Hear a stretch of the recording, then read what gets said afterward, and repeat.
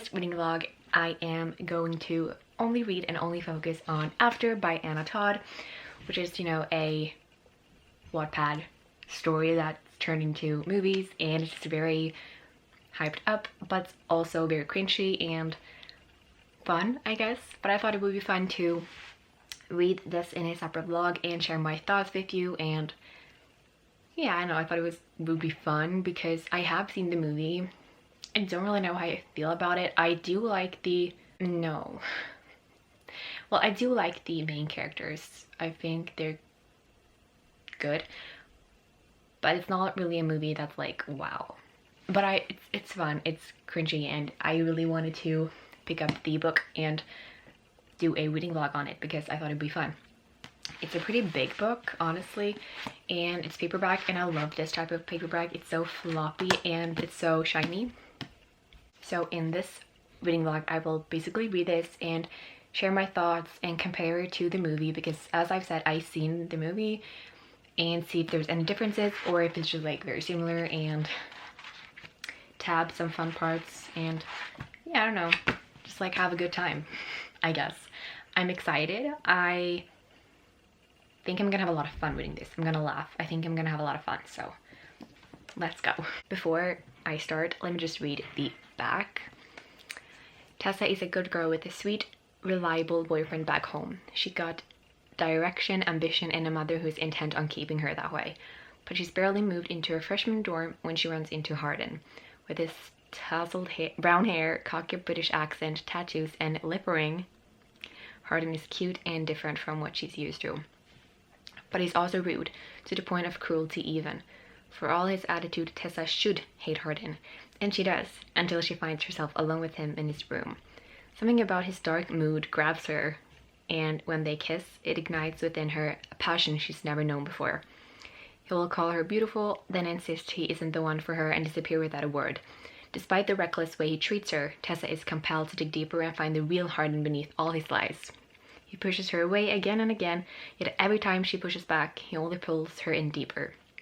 Tessa already has the perfect boyfriend, so why is she trying so hard to overcome her own hurt pride and Hardin's prejudice about nice girls like her? Unless, could this be love? Yeah, I'm excited. Let's have a good time and read After. It is Wednesday. I had to think for a moment. The next day, and I've been cleaning all day, so I haven't really read much today. I rinsed a part of my closet where I have a lot of shit, a lot of stuff that I kept for some reason, and now it's getting late, but I'm on page 90, and so far it's very similar to the movie in my opinion. All of it, basically, with like minor details that have changed. And my thoughts so far, I don't really have a lot. I don't really get her mother, Tessa's mother. I guess I don't really know the distance between her home and college. I know she went to college near her home, but I'm thinking it's still like a way to drive. I'm not sure, but so her mother drives all the way to her college dorm because she went to a party and she's drunk. And she storms into her dorm, basically waking up everyone in the hallway and her dorm to check on her and to make sure that she doesn't drink and doesn't party and doesn't hang out with the people that she lives with. The mother drives all the way to college. I guess it's not that far, but still, with Noah, you can't control your kids like that. I think she's 18, she's starting college, she needs to make mistakes to learn, or like the mother could at least call, not drive over there and bang on the door waking up everyone in the middle of the night or early morning. It's just, I think it was just a little bit too much. And the fact that Hardin is so rude, obviously, to Tessa in the beginning, and well, I guess she doesn't fall for him until he's nice, because for me, I don't get the bad boy thing. Like, for me, if a guy is rude, that's like the biggest turn off for me. No, when a guy is nice and caring, and that's just a big turn on for me, and I don't get people who think the opposite. But I guess she doesn't fall for him until he's nice, because he's starting to act more nice now. He's starting to care for her, but she obviously feels some sort of connection and heat that she doesn't feel with Noah, and Steph has, and everyone basically has just warned her about Hardin and said who he is and what he does, and she's like still feeling intrigued. And I feel like it's one of those romances that's when the guy is like, I hate everyone but you, because he's so rude and so mean. I guess only on the surface, because I do think he's pretty good and caring on the inside, but he's showing off as very rude and mean, I guess. But on the inside, I think he's very, or can be sweet at least. But yeah, so far it's real similar to the book, no, to the movie. And yeah, I'm only on page 90, so I'm not that far, but I'm getting there. I really like how, or don't like how Tessa on, I think it's like her first night, when she agrees to go to this party with Steph and it's a disaster. You know, she cries and she's miserable and says like, I'm never gonna do this again, I'm never gonna hang out with these people again, I'm never ever gonna do this again. And then like the next night, or maybe it's like the weekend after, I don't really remember, she says she's gonna have a calm night, study and watch movies in her room, and then her laptops like stop working, and stuff's like, that's a sign, you should come. And she doesn't even think, she's like, okay, I'll go. And of course it's a disaster again. She's miserable and she cries and it's awful. And I'm like, girl, didn't you learn anything from the last, like the first time? It's like, she basically said that I'm never ever gonna do this again, I'm never gonna hang out with these people again, I hate them. And then the next night she's like, okay, let's go. Yeah, I thought it was just funny. Okay, so I am on page 121, and Tessa, my girl, let me give you some advice. When you meet a guy and you find yourself crying or wanting to cry after every meeting, every encounter with him, maybe it's not meant to be. Maybe you need to like rethink it a little, girl. Because she's literally been crying every time they've had an encounter. Or like wanting to cry or almost have cried, and I'm like, that's a red flag right there. Just don't. Okay, so I'm on page 204, and Hardin is like, you know, in the beginning he's like, you should wear more clothes that's more fitting, and you know, you shouldn't wear these baggy oversized clothes. And then Steph does the makeover with makeup and really tight dress and everything, and then Hardin shows up and he's like, oh, that's way over the top, that's too much. I feel like he's so controlling. Like, he just said, oh, you should wear more fitting clothes, and she does, and he's like, that's way over the top. He is so moody, and the mood swings, it's like, one minute he is kind and nice, the next he's just a mess. And like, I feel for Noah, because I feel bad for him, because I think he's a nice person and a really good boyfriend, and like, I get with Tessa wants excitement and adventure and more spice, like I get it, but he's so good to her and kind to her and a really good boyfriend, and she treats him like shit. I mean, he's just found out about them, and yet he forgives her and gives her a second chance. But Tessa knows, like, she knows that she has this connection with Hardin, and she knows, like, she really likes him, and I feel like she's just using Noah, and I feel really bad for him because he's a good person. So I don't really like that. Good morning, it is Thursday, and I just woke up. I am about to go eat some breakfast and wake up a little, but I read a bit last night, and I'm on page 297. And you know what I think this book is? It's basically them, Tessa and Hardin, arguing a lot, and then they are really, really mad at each other, and then they meet, they have some fun together, and then they make up. And then that circle is like all over, again and again. Argument, they're super mad at each other, then they meet up, have some fun together, and then everything is solved. That's basically the entire book so far. Yes.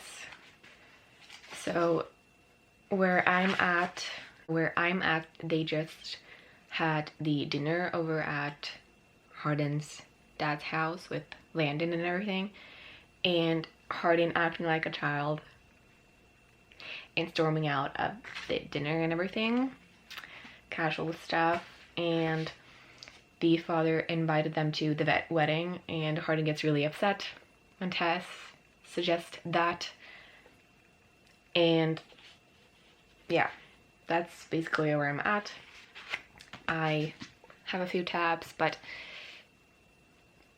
I don't think it's a good book. Like, it's not, like, it's a Wattpad story, and maybe, you know, you want some fun and you want to laugh a little and you want something easy and light. Also for me, that's non-English speaker, like, it's not my first language. It's very easy to follow, which is why it goes so fast. It's a very easy and informal language that's used, so it's easy to read and easy to follow, in my opinion.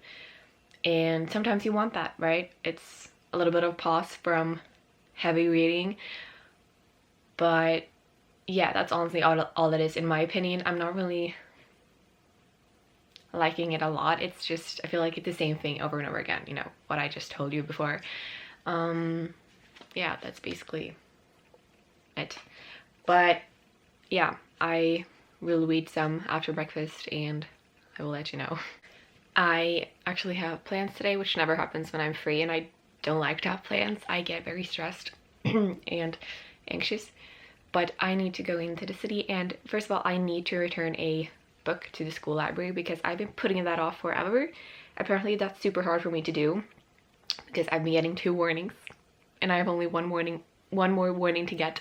So I need to do that. Hopefully I will do that and not chicken out. I don't know why, but it's very hard for me apparently. And the next thing I have is an appointment at 1 o'clock that I booked, which I'm very excited about. Also a little bit nervous because I don't know anything about makeup or eyebrows or anything, but I booked an appointment to just like fix my eyebrows a little, so I'm excited.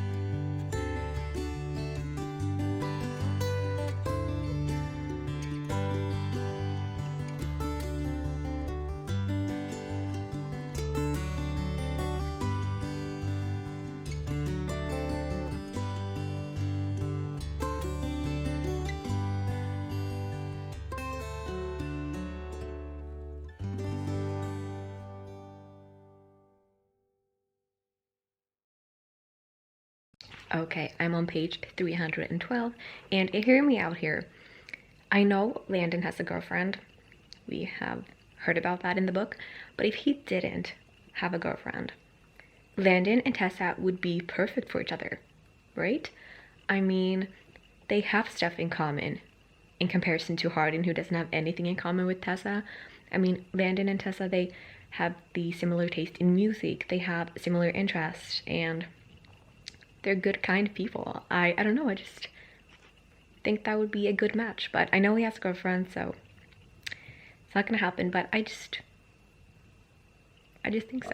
They would be a good fit for each other. Also, a thing, if you did really enjoy the movie, if you liked the movie, you would probably like the book more, because the book has more to it, like more details and more scenes with them together, and it's a lot more in the book, which usually is the case because you have to like cut it down for the movie. But if you did like the movie, then you should read the book because it has a lot more going on. So just I thought I would say that. Okay, so at this point, if I were Tessa, I would just give up on him. I'm at page 332, and you know, she had a great time baking with Landon's mother and Landon, having a quiet, cozy, good evening with them. And you know, Hardin went off to a party with Molly and the others, and she just felt that she had to like go there and chase him and make him feel bad for leaving her and going to the party instead. And I just feel so frustrated, because if a guy likes you and if a guy wants to be with you, he will be with you. Like, don't go around chasing him and try to take him away from everything else. I mean, he has his friends. He has to also do his own thing, and you have to like let him be, I think, because if he wants to be with you, he will be with you. That's my philosophy. Don't go around chasing him and make him make you be with him, or make him be with you. It's not. You shouldn't take advice from me though, because I've never been in a long relationship, but that's just my opinion. Like, if he wants to be with you, he will. Simple as that, right? It is a bit later, or quite a bit later actually, and I'm home again. Can you see a difference? I actually like how it turned out, the eyebrows. It looks really good on camera. In person, it looks a little bit too much, but it's gonna like settle down in a couple of days. So it's like the color, but I'm really pleasant with it. I like it. But I wanted to tell you guys that I finished after, and I'm glad it's over. I'm very glad it's over. It's just like I said, now I finished it, and the entire book is them fighting, having fun together, making up. Fighting, having fun together, making up.